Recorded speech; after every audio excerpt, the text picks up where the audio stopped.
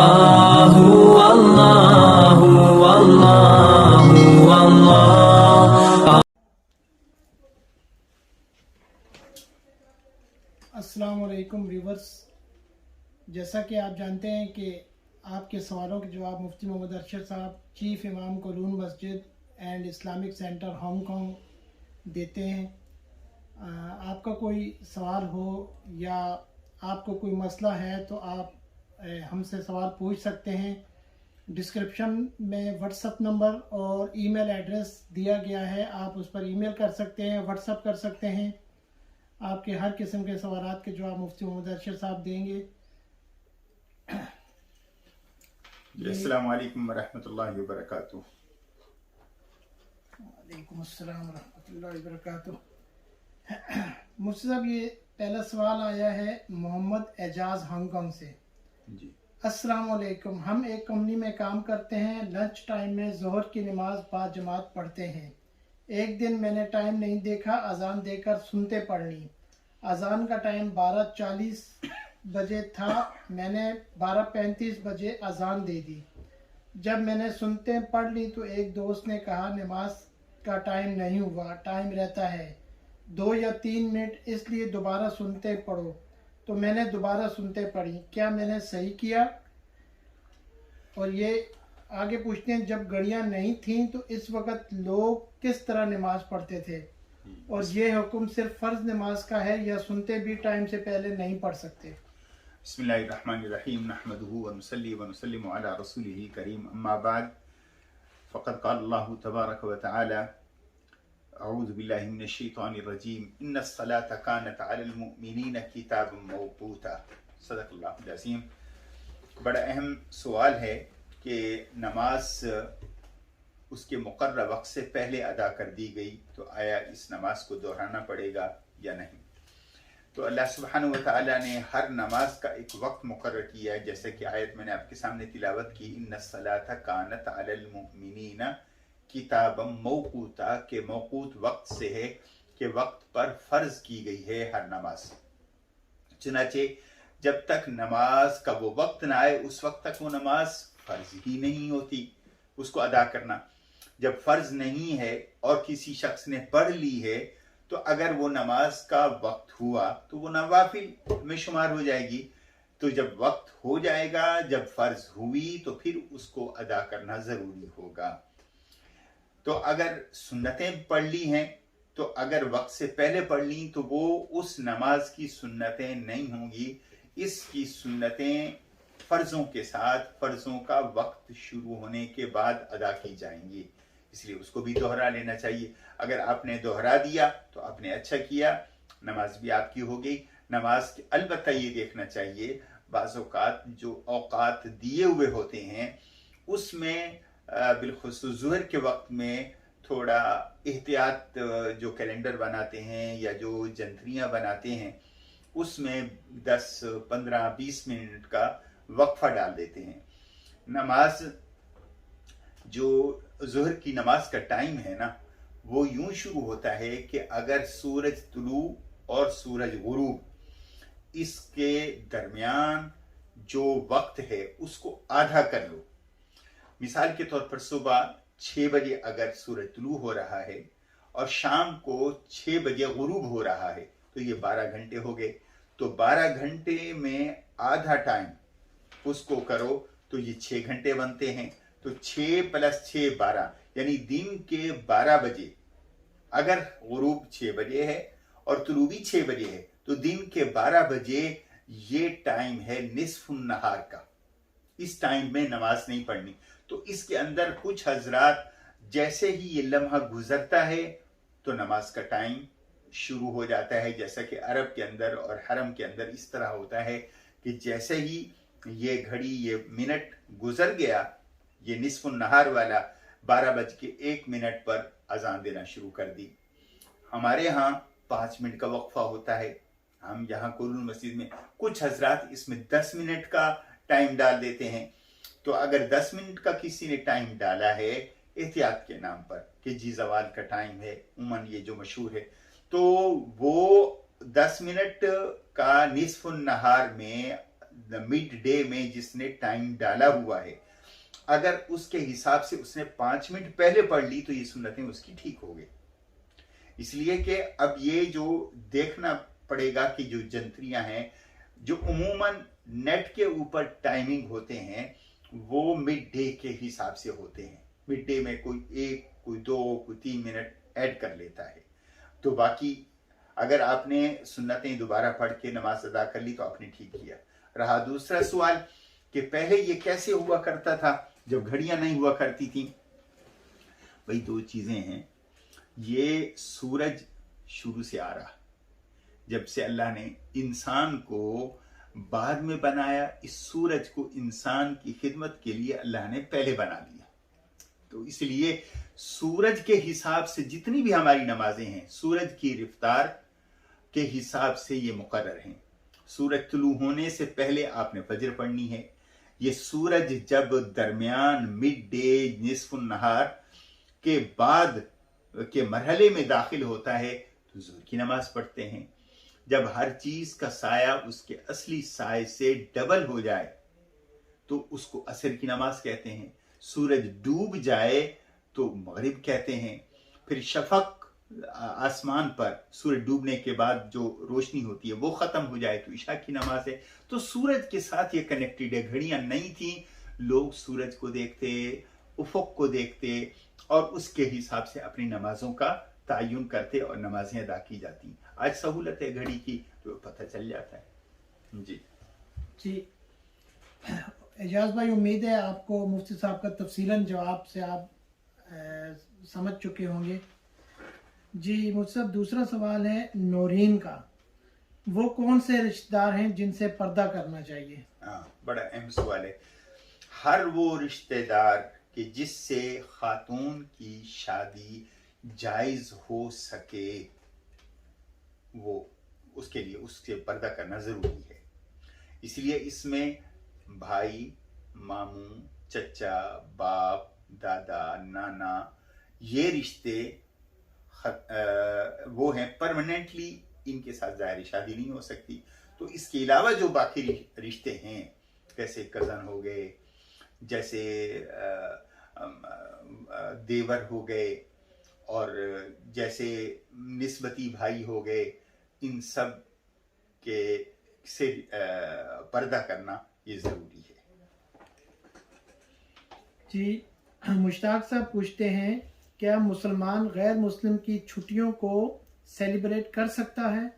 देखें जी, छुट्टियां का तो तस्वुर खुद इस्लाम के अंदर है ही नहीं कि इस्लाम ने कुछ छुट्टी किसी दिन में छुट्टी करने का हुक्म नहीं दिया। सबसे मुक़द्दस दिन इस्लाम के नज़दीक जुमा का दिन है। उसके लिए भी फरमाया फ़इज़ा क़ज़यतुमुस्सलात फ़इज़ा क़ुज़ियतिस्सलात फ़ंतशिरू फ़िल अर्ज़, कि जब नमाज अदा कर दी जाए तो ज़मीन में दौड़ो, अपने काम काज में मशगूल हो जाओ। बाकी रहा जो गैर मुस्लिमों के सेलिब्रेशन है, अब चूंकि हम एक इंसानी बिरादरी में रहते हैं, हर मुल्क जहाँ पे हम क़याम पजीर हों उस मुल्क के मकामी जो कल्चर हैं या हुकूमत है उसके हिसाब से जो उनके दिन हैं, अगर वो मजहब से मुतालिक नहीं या मजहबी रसूमात उसके अंदर नहीं है, अब भी मना सकते हैं। जैसे चाइनीज न्यू ईयर हमारे इधर हांगकांग, चाइना, सिंगापुर के अंदर होता है, मनाया जाता है, तो उसमें कोई मजहबी इबादत नहीं की जाती, सिर्फ छुट्टियां होती हैं, फैमिली के साथ वक्त गुजारते हैं।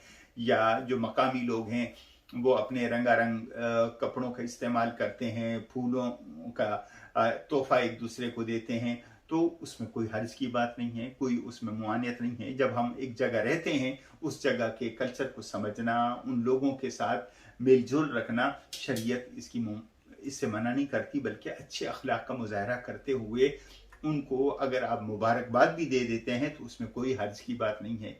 तो ऐसा कोई जुमला कि जिसमें शिरक ना हो और ऐसा वो अमल कि जिसमें शिरक ना हो और शरीयत की नज़र में वो ममनू ना हो, तो आप उसको इख्तियार कर लेते हैं तो उसमें कोई हर्ज नहीं। जैसे अगर कोई नूडल खा लेता है यहाँ के मकामी खाने के हिसाब से तो उसमें कोई हर्ज नहीं। कोई अगर तली हुई मछली नहीं खाता, स्टीम वाली खा लेता है, तो उसमें कोई मुमानियत की बात नहीं है।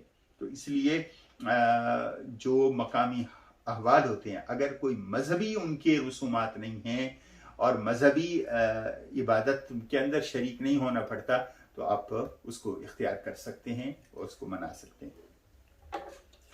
जी, सलमा पूछती हैं यूएसए से, मेरे शोहर रियल एस्टेट का बिजनेस करते हैं, क्या यह बिजनेस जायज़ है?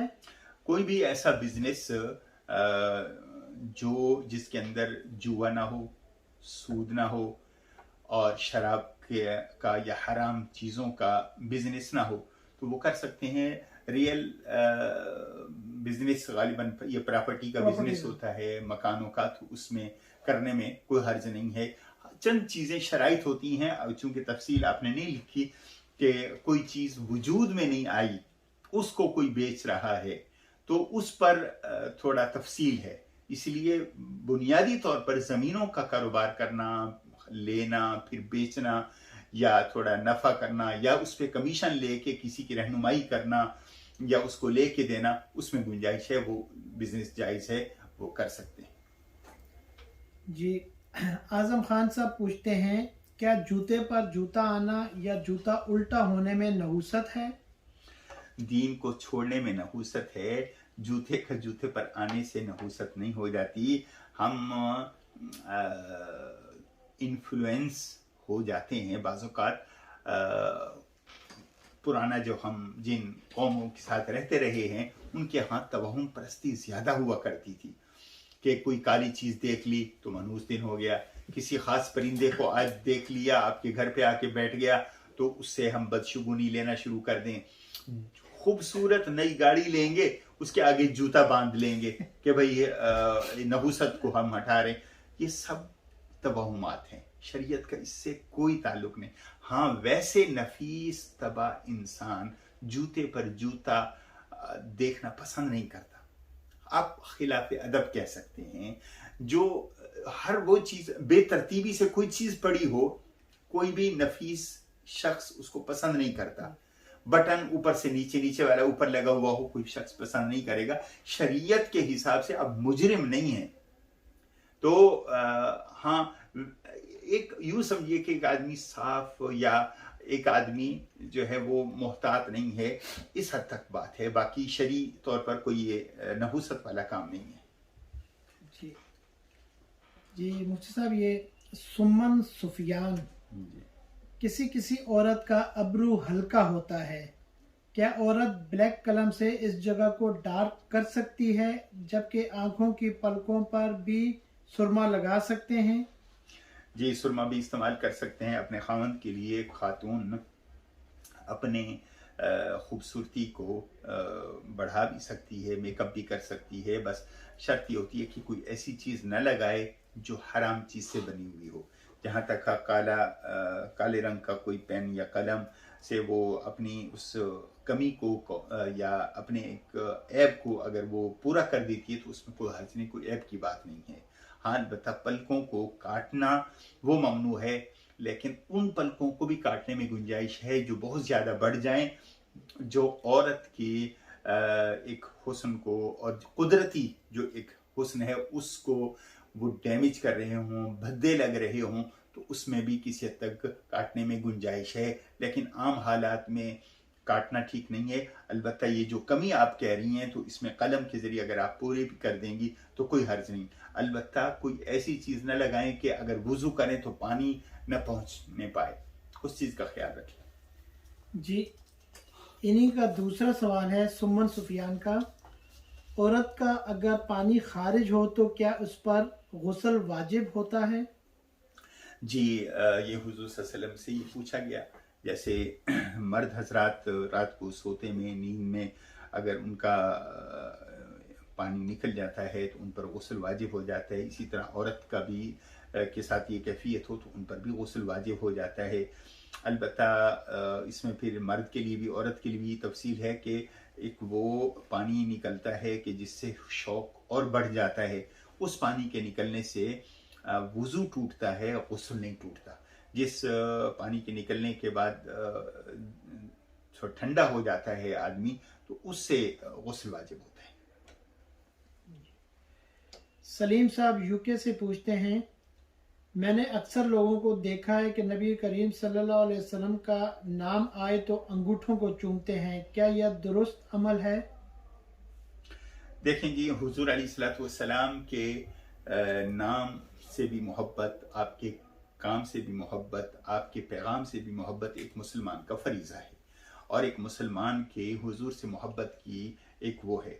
तो सिर्फ अंगूठों में, अपने ही अंगूठों में, अगर हुजूर सल्लल्लाहु अलैहि वसल्लम के अंगूठे अल्लाह किसी को नसीब करे तो वो तो यकीनन चूमना या आंखों पे रखना एक बहुत बड़ी सादत की बात है।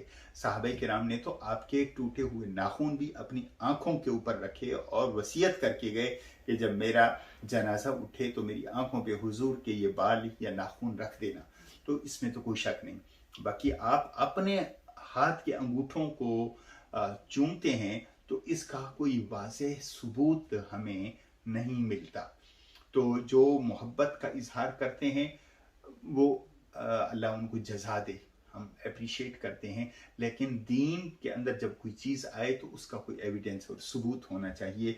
जो मेरी मुताला है उसमें मुझे ऐसी कोई अथेंटिक बात नहीं मिली, ना ही हुजूर सल्लल्लाहु अलैहि वसल्लम ने कोई हुक्म दिया, ना ही अल्लाह के रसूल अलैहि सल्लम के सामने कोई ऐसा अमल हुआ कि आपका नाम आया तो हाँ, आपके नाम आने पर दरूद पढ़ते हैं, सल्लल्लाहु अलैहि वसल्लम कहते हैं, अल्लाहुम्मा सल्ली अला मुहम्मद व अला आलि मुहम्मद पढ़ते हैं, जिस पर सवाब भी है, जिसके नतीजे में गुनाह भी मुआफ़ होते हैं, जिसके नतीजे में दर्जात भी बुलंद होते हैं। और अगर कोई शख्स दूर से बैठ के पढ़ता है तो उसका सलाम हुजूर सल्लल्लाहु अलैहि वसल्लम तक पहुंचाया भी जाता है और बताया भी जाता है कि फुलां बिन फुलां ने आप पर दरूद सलाम भेजा है। तो हुजूर सल्लल्लाहु अलैहि वसल्लम के सामने किसी का और उसके बाप का नाम आ जाए तो बहुत बड़ी सादत की बात है। तो इसलिए दरूद पढ़ने पर किफ़ायत करें और उस पर इंसान इस्तेमरार करे, उस पर मुवाज़बत करे और उसको अपनी आदत बनाए। ये हुजूर सल्लल्लाहु अलैहि वसल्लम का फरमान है। जी मुफ्ती साहब, ये अगला सवाल है मोहम्मद सईद साहब का। अकीका का गोश्त किस तरह खाएं और तकसीम करें? खाने का तो जिस तरह खाएं, आप रोस्ट करें, आप उसकी सालन बनाएं, आप उसको वो तो जिस तरह भी खाएं।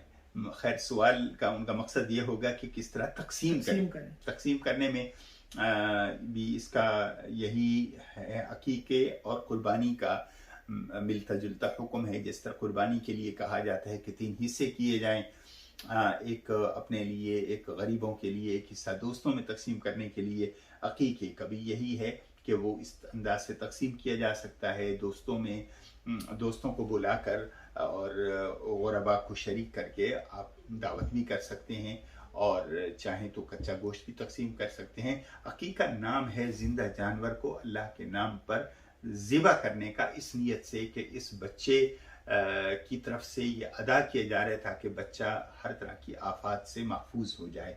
तो ये अकीका होता है। हुजूर अलैहिस्सलाम ने हज़रत हसन हज़रत हुसैन का अकीका किया, तो इसमें इस अंदाज से तकसीम कर दिया जाए। लेकिन इसमें भी कोई ये फ़र्ज़ या वाजिब की हैसियत नहीं है कि आपने ज़रूर इस अंदाज से तकसीम करना है। अगर आप को वसअत अल्लाह ने दी है, इस अंदाज से तकसीम करें, नहीं तो अपने अहबाब रिश्तेदारों को बुला के आप कर लेंगे। असल तो जानवर जब ज़िबा हो गया, आपका अकीका हो गया। अब आपके अपने ऊपर है किस अंदाज से आप उसको खिलाते हैं, दोस्तों को, अपने रिश्तेदारों को, या खुद खाते हैं। जी मुफ्ती साहब, इसमें मैं एक सवाल ऐड करता हूँ कि ये जो सदका करते हैं, अगर कोई भैंस लाता है या गाय लाता है सदके की नीयत से, तो उस सदके का गोश्त क्या इंसान जो सदका करने वाला खुद अपने घर में इस्तेमाल कर सकता है? देखो जी, सदका 2 तरह का होता है। एक होता है नफली सदका, यानी उसमें घर में भी आप इस्तेमाल कर सकते हैं, दोस्तों को भी दे सकते हैं। एक होता है मन्नत का कि मेरा ये काम हो जाए, मैं गाय ज़िबा करूँगा, तो वो गरीबों का हक है, वो घर में इस्तेमाल नहीं करना, वो घर में इस्तेमाल नहीं करना, वो गुरबा को दिया जाए जो मुस्तहिक हैं। या कफारी का है कोई जानवर, तो उसको वो भी मसलन 10 मिस्कीनों को कोई शख्स खाना खिलाना है, कसम का कफारा है, फ़कफ़ारतु इताम अशरती मसाकिन, तो वो घर उसके लिए उसने एक बकरी ज़िबा करके वो की है, तो 10 आदमियों को वो खाना उनको खिलाना होता है। तो इसलिए जो आम नफली सदका है, अगर कोई शख्स इस नीयत से करता है कि कुछ गरीबों को दे दूंगा, तो उसमें से कुछ अपने पास भी रख लेता है, तो उसमें कोई हर्ज नहीं। लेकिन अगर कोई मन्नत का है या वजूब भी सदका है, तो वो फिर गरीबों को ही मिलेगा।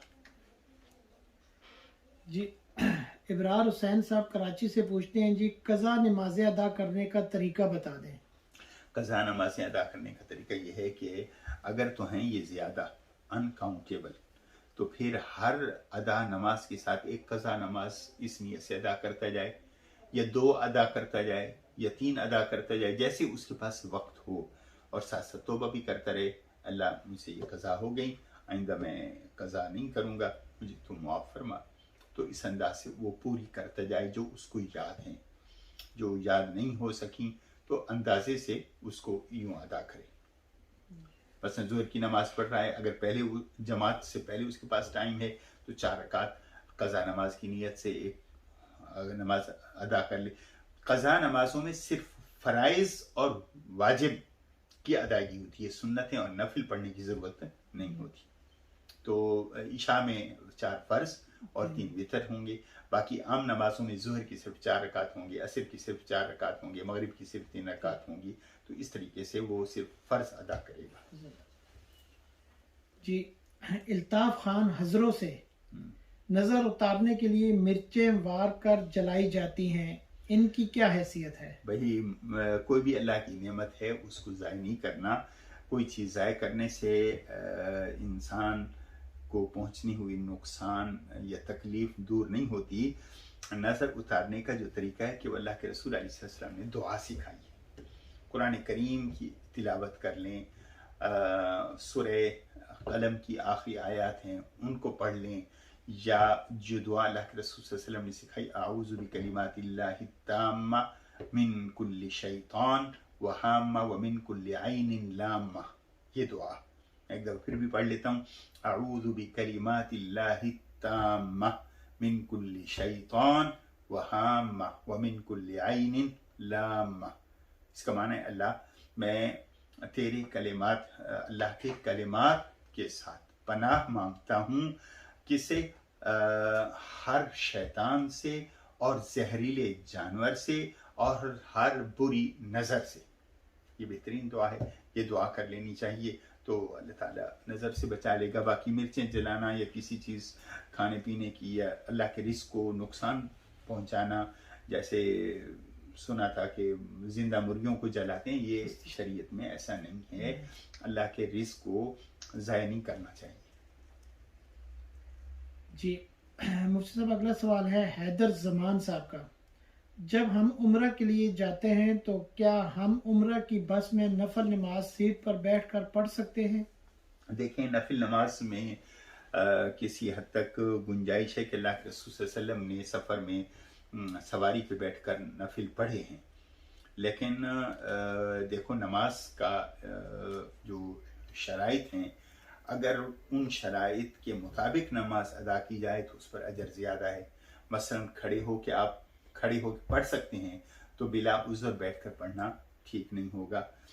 इसी तरह किबला रुख हो के नमाज पढ़ना फ़र्ज़ है, अगर बग़ैर उज़र के किबला से हट के आप नमाज पढ़ेंगे तो वो ठीक नहीं होगा। तो नवाफिल हों, नमाज तो नमाज ही है ना। तो अगर कोई शख्स खड़े होके पढ़ सकता है, मौका उसको मुयस्सर है, तो फिर उसके लिए ऐसा करना ठीक नहीं है। लेकिन अगर मौका मुयस्सर नहीं, सफ़र लंबा है, तो नवाफिल की नीयत से अगर पढ़ लेता है तो अल्लाह ताला कबूल कर लेगा। जी अगला सवाल है जी, समीना मुमताज़, क्या ऊंची एड़ी वाली जूती पहनना जायज़ है या नहीं? ये डॉक्टर से पूछने का सवाल है कि ऊंची एड़ी पहनने का ताल्लुक शरई हुक्म के साथ नहीं है। ये आपकी अपनी सेहत, तबीयत और जहाँ पे इंसान रह रहा है उस जगह के हिसाब से। अगर कच्ची जगह है और ऊंची एड़ी के साथ चलते हुए पाँव फिसल गया, हड्डी टूट गई, तो खुद को नुकसान होगा। तो और अलबत्ता शरीयत ये कहती है कि ऐसी जूती के जो दूसरों को अपनी तरफ मुतवज्जे करे, आवाज़ पैदा होती है या इस अंदाज की है कि लोग उसको देखते हैं, उससे अवॉइड करना चाहिए। बाकी शरई तौर पर ये शरई से ज़्यादा ये सेहत का मसला है कि आया इससे खुद उसको फ़ायदा होगा या नुकसान, ये उसको देखने और डॉक्टर से एडवाइस लेने की ज़रूरत है। जी, अली इमरान साहब पूछते हैं जी, नमाज पढ़ते हुए बराबर में जूते हों तो क्या नमाज पढ़ना जायज़ होगी या जूता सामने रखकर नमाज पढ़ सकते हैं? जी, जूता अगर दूर है और उसको गंदगी नहीं लगी हुई तो नमाज तो हो जाएगी, लेकिन आपकी अपनी तबीयत और मिजाज देखें कि हर वो चीज़ जो नमाज में आपकी तवज्जो अल्लाह से हटाकर दूसरी तरफ कर दे, उससे बचने की ज़रूरत होती है। इसलिए बाकी शरई तौर पर अगर जूता दाईं तरफ बाईं तरफ है, जैसे हालात होते हैं, मसलन हरम के अंदर है, रश होता है, या जनाजा गाह पे है, या ऐसी जगह पे जहाँ पे बस आंख हटाने की देर है कि लोग जूते उठा के ले जाएं, तो उस सूरत में सामने जूता रख के पढ़ लेता है, तब भी ठीक है, बल्कि बेहतर है, बजाय इसके कि नमाज, जैसे मैंने ये अर्ज किया ना कि हर वो चीज़ जो नमाज के अंदर तवज्जो किसी और तरफ ले जाए, ये भी एक जूता किसी और का पड़ा हो तो तकलीफ होती है। लेकिन अगर किसी ने अपना जूता अपनी सामने रखा है इस नियत से कि अगर मैं पीछे रख के आया हूँ और उसके चोरी हो जाने का डर है, सारी नमाज के अंदर यही ख्याल जाएगा कि कोई ले ना गया हो, अभी मैं नया जूता लेके आया हूँ और तनख्वाह के 1 हफ्ते की तनख्वाह का जूता मैं लेके आया हूँ, अब मैं क्या बनेगा, तो उससे बेहतर है कि सामने रख के नमाज पढ़े। जी, ये जी हांगकांग से नाम उन्होंने नहीं बताया, एक भाई पूछते हैं कि तबलीगी जमात वाले कहते हैं कि 3 दिन के लिए निकले, 40 और 4 माह के लिए निकले, ये ऐसा क्यों कहते हैं? लोगों को उम्रा हज पर निकलने का क्यों नहीं कहते? ये तो पहली बात है कि तो उनसे पूछना है कि वो क्यों नहीं कहते। बात यह है कि दुनिया में हर काम के सीखने के लिए वक्त देना पड़ता है। आप छोटी सी पुलिस की मुलाजमत हो, फौज की मुलाजमत हो, या अभी जैसे हमारे हांगकांग में बसों के ड्राइवर के लिए लोग ले रहे हैं, तो उसके हर एक चीज़ के सीखने के लिए वक्त दरकार होता है और एक ख़ास वक्त मुतय्यन होता है। अगर से अब चूँकि जितना जहालत ज़्यादा होगी, उतना हुसूल इल्म के लिए वक्त भी ज़्यादा ज़रूरत होगा, और जितनी इस्लाह की ज़्यादा ज़रूरत होगी उतना उस पर वक्त भी ज़्यादा ज़रूरत होगा। तो शरीयत ने ऐसा कोई हुक्म नहीं दिया कि आप 3 दिन के लिए बाहर निकलो या 40 दिन के लिए या 4 महीने के लिए। ये दरअसल उलमा ने जो शुरू में जमात का जिन्होंने काम शुरू किया, उन्होंने एक तरतीब बनाई, और ये शरई तौर पर फ़र्ज वाजिब की हैसियत नहीं है, और अगर कोई इसको इस हैसियत से लेता है तो वो तो नाजायज़ हो जाएगा। लेकिन सीखने सिखाने का एक सिलेबस बना लिया, जैसे एक डॉक्टर तजवीज़ करता है एक हफ्ता आपने ये दवा इस्तेमाल करनी है, तो अब डॉक्टर से हम पूछें कि साहब आपने ये 1 हफ्ते का कहा है, 8 दिन क्यों नहीं, 6 दिन क्यों नहीं, 1 हफ्ता आपने क्यों है, या एंटीबायोटिक का एक कोर्स है और एक 5 दिन या 7 दिन वो उसको इस्तेमाल करना है। तो जैसे वो सेहत के लिए एक ज़रूरत होती है और तजर्बात की रोशनी में ये चीज़ तय होती है, ऐसे ही हमारे यहाँ सूफिया भी एक दौर के अंदर खानकाहों के अंदर बुलाया करते थे कि आपने इतना अरसा रहना है, और फिर हर एक के मिजाज और तबीयत, कोई किसी की तबीयत के अंदर जल्दी असर कबूल करना है, उसका 3 दिन के अंदर काम हो जाता है, किसी का 1 हफ्ते में वो काम हो जाता है, किसी की इस्लाह के लिए 40 दिन की ज़रूरत होती है। तो वो जो मुआलिज है, जैसे डॉक्टर मुआलिज अपनी बीमारी को, अपने मरीज़ की बीमारी को देखकर एक दवा तजवीज़ करता है, ऐसे ही ये जो मुस्लिहीन हैं वो मुख्तलिफ ज़मानों के अंदर मुख्तलिफ अंदाज से इस्लाह का ये काम करते रहे। कोई अपने घर को छुड़वाता था, कोई 3 दिन के लिए, किसी ने 1 हफ्ते के लिए, किसी ने 40 दिन के लिए, कोई 4। तो फिर इसके जैसे यहाँ तालीमी कोर्सेज होते हैं, कुछ कोर्सेज 6 महीने के होते हैं, कुछ कोर्सेज 2 साल के होते हैं, कुछ तो कोर्स के ऊपर डिपेंड करता है।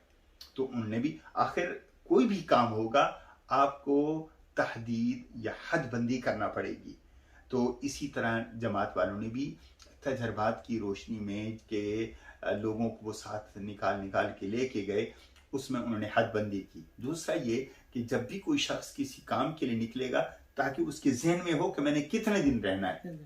तो 3 की आपको मालूम है कि एक 3 के अदद की एक अहमियत है, 7 के अदद की भी एक अहमियत है, 40 के अदद की भी एक अहमियत है।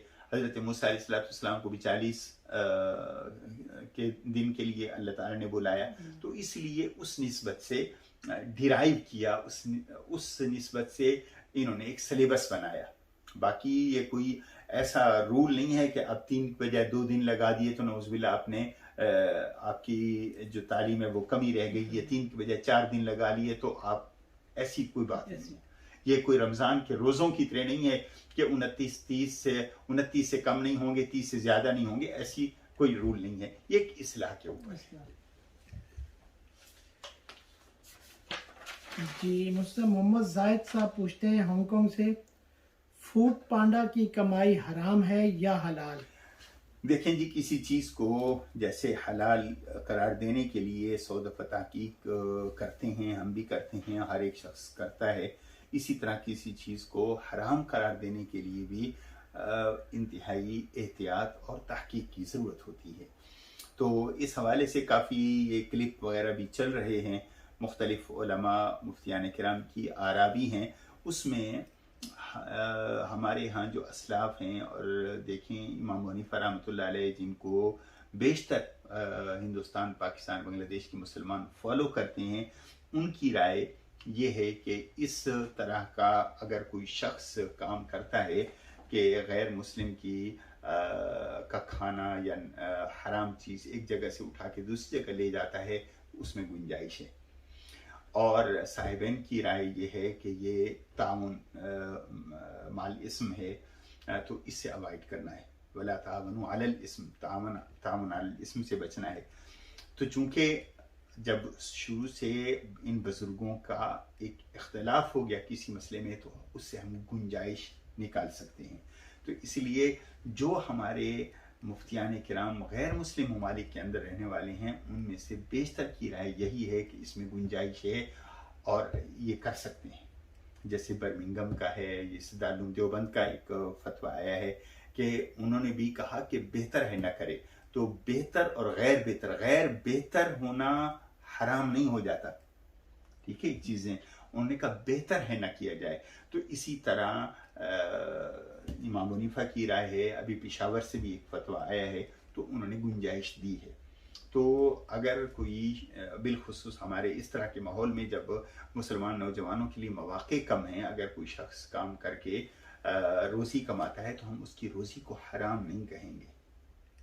ये जो बाकी उलमा की राय है वो ये कहते हैं दूसरा काम ढूंढ ले जो उससे बेहतर हो। और बिलखुसूस अभी आज की भी खबर है, एक नौजवान की डेथ हो गई है, तो मोटरसाइकिलों पे बेचारे जाते हैं तुंगचुंग के अंदर, एक नौजवान टैक्सी वाले ने उसको टक्कर मारी, उसकी डेथ हो गई। वो फूड पांडा या डिलीवरी वाला था, पिछले दिनों भी ऐसी खबर आई है। तो अपनी जान की हिफाजत करते हुए बगैर कोई लालच में गए हुए इंसान कोशिश करे कि बावकार रोज़ी तलाश कर ले और बगैर शुभ वाली रोज़ी तलाश कर ले। अगर कोई नहीं मिलती उस वक्त तक तो ये काम करता रहे, ये रोज़ी भी उसके लिए जायज़ होगी। जी, एक बहन पूछती हैं जी, क्या वज़ू करने के बाद कपड़े बदलने से वज़ू टूट जाता है? नहीं, वज़ू जिन चीज़ों से टूटता है उसके अंदर कपड़े बदलना शामिल नहीं है उस लिस्ट के अंदर। उस लिस्ट के अंदर यह है कि अगर बदन से कोई चीज़ खारिज होती है, जैसे पेशाब है, पखाना है, खून आ जाता है, तो उससे वज़ू टूट जाता है, या हवा खारिज हो जाती है उससे वज़ू टूट जाता है। बाकी कपड़े बदलने से वज़ू नहीं टूटता। मुझसे बस ये आज का आखिरी सवाल था, तो मैं तमाम व्यूवर्स का शुक्रिया अदा करूँगा जिन्होंने इतने सारे सवाल भिजवाए और सवाल आप उम्मीद है आपको आपके सवालात के जवाब मिल चुके हैं। मुफ्ती साहब ने बहुत ही तफसील से बहुत ही अच्छे अंदाज से जवाब दे दिए हैं। तो लिहाजा आखिर में मैं आपसे कहूँगा कि चैनल को लाइक करें, सब्सक्राइब करें और बेल आइकन को प्रेस करें ताकि आने वाली तमाम वीडियोस आप तक पहुँच सके। शुक्रिया जी। अस्सलाम वालेकुम।